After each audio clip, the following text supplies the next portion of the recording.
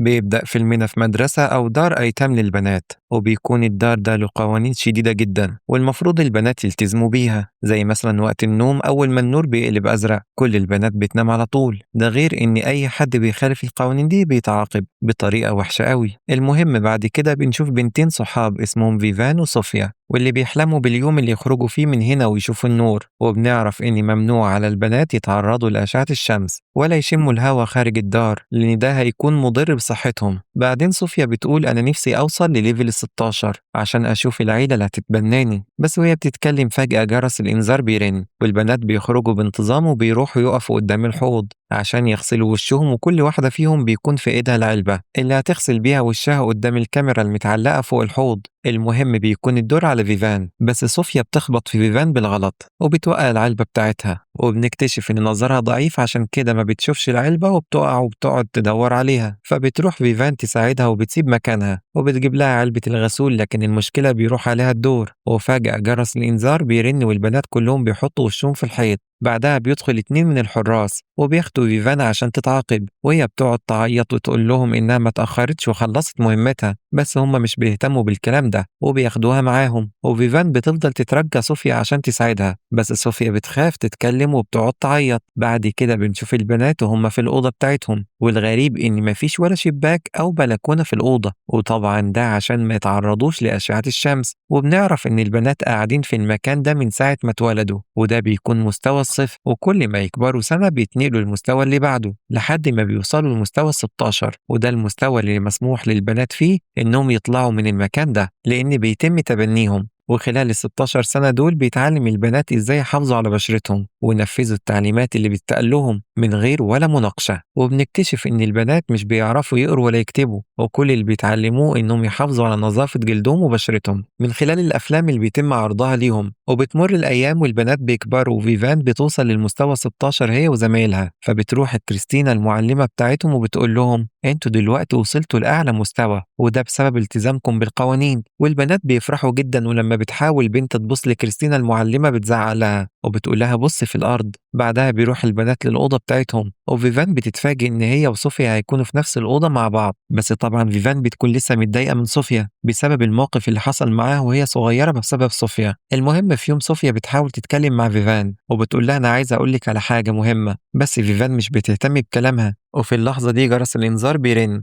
والبنات بيروحوا يقابلوا المعلمة كريستينا، وهي بتقول لهم ميعاد مقابلتكم مع العائلات اللي هتتبناكم قرب. بعدين بتطلع فساتين شكلها جميل وبتقول لهم دي هدية بسيطة على اجتهادكم ولازم تلبسوها وانتوا بتقابلوا العيلة بتاعتكم. طبعا محدش من البنات بيقدر يرفع عينه في كريستينا، بتقول لهم تقدروا ترفعوا عينيكم عادي. ساعتها البنات بيفرحوا وبيروحوا يتفرجوا على الفساتين، وكل بنت بيكون مكتوب اسمها على فستانها، بس مفيش ولا واحدة بتعرف أنهي الفستان بتاعها بما إنهم مش بيعرفوا يقروا. في وسط كل ده بنلاحظ إن صوفيا الوحيدة اللي مش عاجبها اللي بيحصل، وواضح إنها عارفة حاجة كبيرة. المهم البنات بياخدوا الفساتين وبيرجعوا للأوضة بتاعتهم، وتاني يوم بنشوف البنات وهم بينظفوا المكان وفيفان بتكون واقفة تغسل الغسيل. فبتروح صوفيا للبنت اللي واقفة جنب فيفان وبتقول لها إيه رأيك نبدل المهام وسيبينا نغسل الغسيل. وفعلا البنت بتوافق وبتسيبهم لوحدهم، وصوفيا بتحاول تتكلم مع فيفان بس فيفان بتتجاهلها، وصوفيا بتقول لها أنا عايزة أقولك على حاجة مهمة بجد، وبتطلب منها ما تاخدش الفيتامينات اللي بيوزعوها عليهم كل يوم قبل ما يناموا.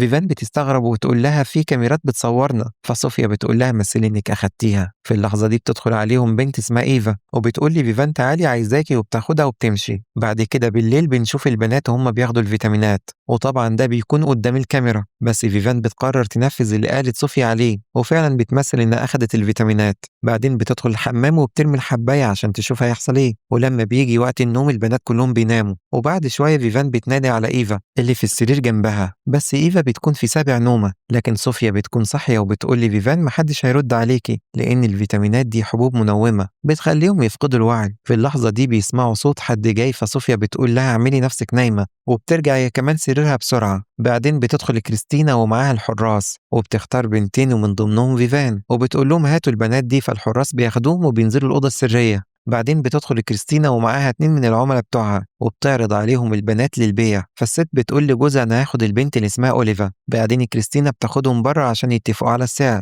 والحارس بياخد فيفان وبيرجعها الأوضة، وفيفان بتكون مصدومة من اللي شافته وبتقول لصوفيا الناس دول مش عايزين يتبنونا، دول بيشترونا، انت كان معاكي حق، في حاجة غلط بتحصل هنا. وبتسألها هي بقالها قد ايه عارفة الحوار ده، فصوفيا بتقول لها انها بطلت اخد الحبوب من المستوى ال 13، وبتعرفها انها من ساعة ما وصلوا للمستوى ال 13 لحد المستوى ال 16 وهي مش بتاخد الحبوب دي. وكريستينا بتاخد البنات كل يوم عشان تعرضهم على زباينها. ففيفان بتسأل صوفيا انت بتعملي ايه لما بتكوني صاحية والكل نايمين؟ فبتقول لها بفضل قاعدة لحد ما بيجيلي نوم، لكن المشكلة إن في حارس بيدخل علينا من غير ما حد يعرف وبيتعدى على البنات اللي نايمة. بعدين بتقول لها إحنا لازم نهرب من هنا بأي طريقة. فجأة وهم بيتكلموا بيسمعوا صوت، فبترجع فيفان لسريرها بسرعة. بعدين بتدخل كريستينا وبتاخد بنات تانية ومن ضمنهم صوفيا. ولما بيمشوا فيفان بتستغل الفرصة وبتطلع تكتشف المكان، وبتكون حريصة قدام الكاميرا عشان جرس الإنذار ما يرنش. بعدين بتروح وبتحاول تفتح باب الخروج عشان تهرب، لكن الباب مش بيفتح، فبترجع الأوضة تاني قبل ما حد ياخد باله.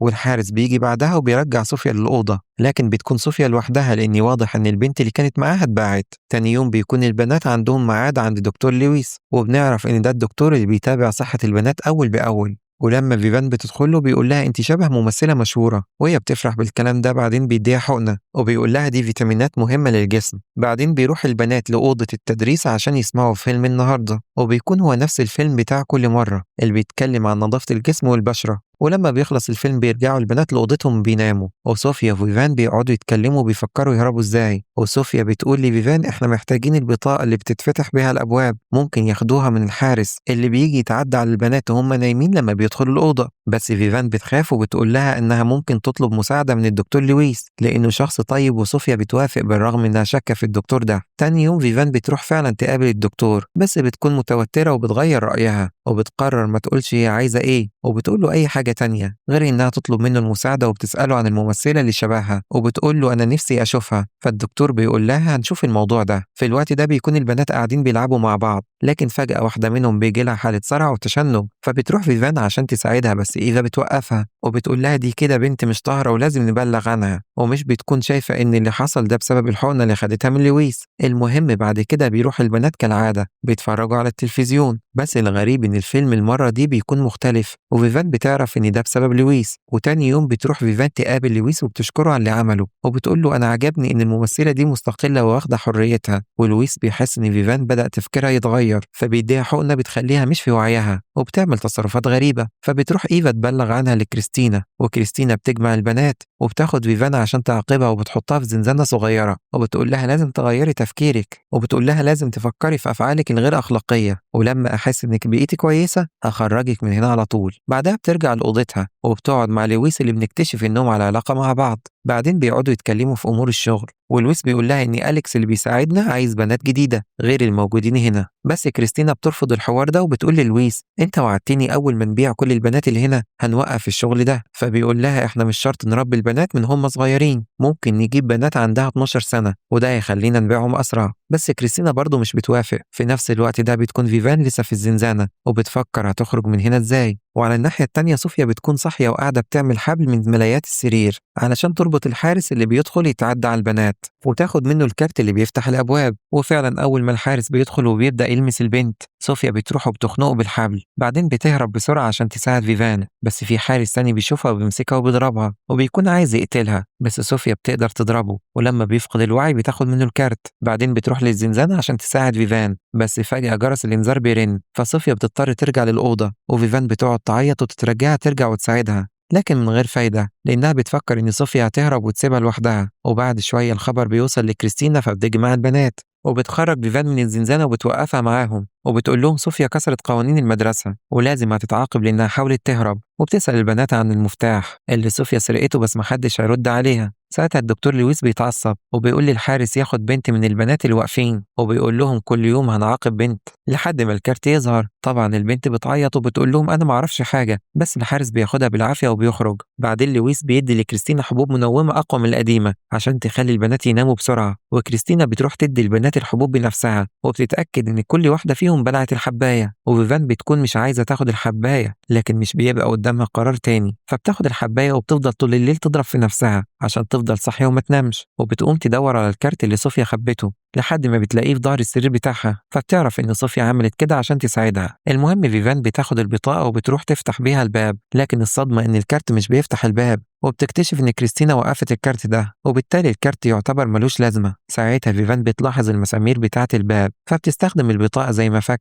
عشان تفك بيها المسامير، وبتخلع الباب من مكانه خالص وبتهرب من الأوضة. بس وهي ماشية بتكون مش في كامل وعيها، وبتقعد تخبط في الحيطان. في الوقت ده بتكون كريستينا قاعدة في مكتب لويس، وبتسمع صوت وبتعرف إن في حد بره، فبتقوم وبتاخد حقنة منومة وبتخبيها معاها، وبتطلب من اللي بره يدخل. ولما فيفان بتدخل بتسأل كريستينا على مكان صوفيا، بس كريستينا بتقوم وبتهجم عليها عشان تديها الحقنة. بس فيفان بتلاحظ ده وبتتفادى هجومها، وبتاخد منها الحقنة وبتضربها بيها. بعدين بتروح عشان تدور على صوفيا، بس بتلاقي نفسها وصلت لباب الخروج، ولأول مرة في حياتها بتشوف القمر قدامها، بس مش بتهتم وبترجع تدور على صوفيا. وأول ما بتوصل للأوضة السرية وبتفضل تستخبى من الحراس لحد ما بتوصل لصوفيا، وبتستخدم الكارت اللي أخدته من كريستينا، وبتاخد صوفيا وبيهربوا. بس فجأة بيسمعوا صوت، فبيدخلوا أول أوضة قدامهم بيستخبوا فيها، بس بيلاحظوا إن الأوضة دي شكلها غريب وفيها أدوات طبية وسراير مكتوب عليها أسماء. وفيفان بتحاول تقرا الاسم وبيكون مكتوب اسم ريتا، ودي نفس البنت اللي لويس لسه واخدها عشان يعاقبها. ولما بتفتح الشنطة اللي ريتا جواها بتتصدم من منظرها، لأن جلد ريتا بيكون مسلوخ زي الحيوانات. ساعتها صوفيا بتقول لفيفان اهربي انتي، انا لازم اساعد باقي البنات اللي هنا. ففيفان بتقول لها انا هستناكي عند باب الخروج. وصوفيا بتاخد الكارت من فيفان وبتروح للبنات، وبتقول لهم كريستينا بعتتني عشان اصحي كل البنات اللي هنا لاننا هنروح مكان تاني. في الوقت ده فيفان بتسمع صوت واحد من الحراس على السلم، فبتروح بسرعه تستخبى في اوضه تانية، وبتشوف هناك شاشه التلفزيون بيكون فيها اعلان، ودكتور لويس بيقول انه بيعمل عمليات تجميليه للستات الكبيره عشان يرجعهم شباب تاني، وبيستخدم مواد طبيعيه زي جلد الشباب. وقتها بتفهم فيفان ان لويس بيستخدم البنات كسلعة عشان يبيع جلدهم للناس. نرجع بقى لصوفيا اللي بتحاول تشرح للبنات اللي بيحصل هنا وتقنعهم عشان يهربوا، لكن البنات مش بيصدقوها. في اللحظة دي بتدخل فيفان ومعاها كريستينا، وبتقول لها قولي الحقيقة قدام الكل. بس فجأة بتلاحظ حاجة غريبة، وبتشوف علامات على جسم كريستينا. الصدمة الكبرى إن كريستينا هي كمان مغيرة جلدها بعملية تجميل، وده مش وشها الحقيقي. وقتها البنات بيصدقوا فيفان وبياخدوا كريستينا وبيحبسوها في الزنزانة اللي حبست فيها فيفان، وبعدين بيروحوا كلهم لباب الخروج عشان يهربوا. بس فجأة واحد من الحراس بيمسك صوفيا وهي بتهرب، لكن فيفان بتساعدها وبتضرب الحارس بحديدة، فالحارس بيقع من فوق السطح وبيموت. وبتلاحظ إن صوفيا مصابة فبتاخدها بسرعة، وبيطلعوا بره المبنى ده خالص. بعدها البنات بيهربوا وبيتفرقوا، وصوفيا بتجري مع فيفان وهي مصابة لأن الحراس بيطاردوهم. فبيدخلوا هما الاتنين أوضة فاضية وبيقفلوا على نفسهم الباب، والحراس بيحاولوا إنهم يموتوهم. لكن في اللحظة دي بيوصل لويس وبيمنعهم وبيقول لهم لو حصل حاجة للبنات دول كل اللي عملناه مش هيبقى ليه لازمة، وهيروح على الأرض ومحدش هيرضى يشتريها. فبتروح فيفان وبتقول له إن محدش هيشتريني فعلا، وبتمسك حديدة وبتأذي وشها، وبكده تكون صفقة لويس ضاعت. وساعتها الحراس بيجيلهم أوامر من القيادة العليا إنهم يخلصوا على لويس لأن المشروع بتاعه اتكشف بعد هروب البنات. وفيفان وصوفيا بيفضلوا قاعدين في الأوضة دي لحد تاني يوم، وفجأة الباب بيتكسر والشرطة بتدخل تساعدهم بعد ما جالهم خبر باللي بيحصل في المبنى ده. وأبطالنا لما بيطلعوا بتكون الدنيا بتشتي وبيحسوا بأشعة الشمس اللي أول مرة يشوفوها في حياتهم. ولحد هنا بيخلص فيلمنا.